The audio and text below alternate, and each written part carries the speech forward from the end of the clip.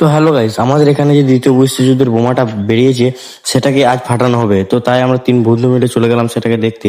তো এর আগে একটা বেরিয়েছিল, আবার এখন একটা বেরিয়েছে। আর এইদিকে আমরা তিন বন্ধু মিলে হাঁটছি।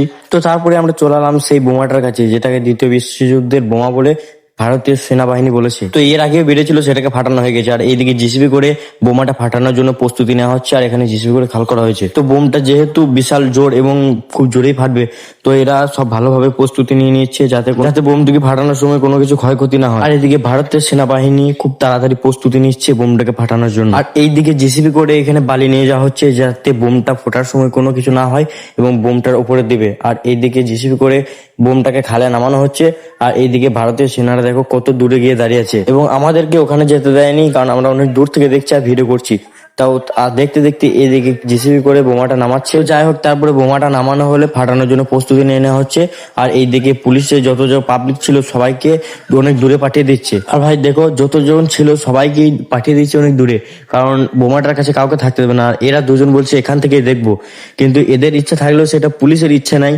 তাই পুলিশ এদেরকেও তাড়িয়ে দিচ্ছিল এখান থেকে, কারণ এখান থেকে কোনোভাবে দেখা সম্ভব নয়। তো যাই হোক, তারপরে এরা মনে অনেক দুঃখ নিয়ে হাঁটতে লাগলো, কারণ এখানে থাকা সম্ভব নয়।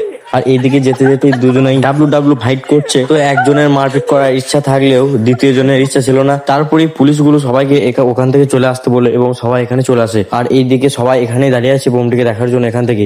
আর আমরা বোমটির কাছ থেকে অনেক দূরে আছি। আর এইদিকে সাংবাদিকগুলো পালে আসছে। তো তারপরে বোমাটিতে এই যে আগুন ধরিয়ে দেওয়া হয় এবং ধোঁয়া উঠছে, বুঝতে পারছো। আর ভাই, বোমটাকে মোবাইল থেকে দেখে খুব ছোট মনে হলেও কিন্তু বোমটা বেশ ভালোই বড়। এর আগে একটা বেড়েছিল, সেটাকে ফাটিয়ে দেওয়া হয়েছে।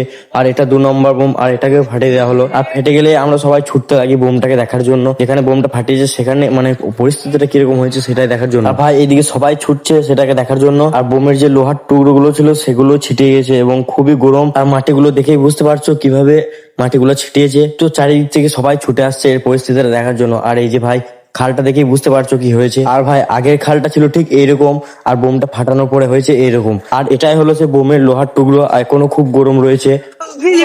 এটা বোমের লোহার টুকরো, এটা বোমের। তো যাই হোক, ভিডিওটা ভালো লাগলে লাইক, সাবস্ক্রাইব এবং শেয়ার করে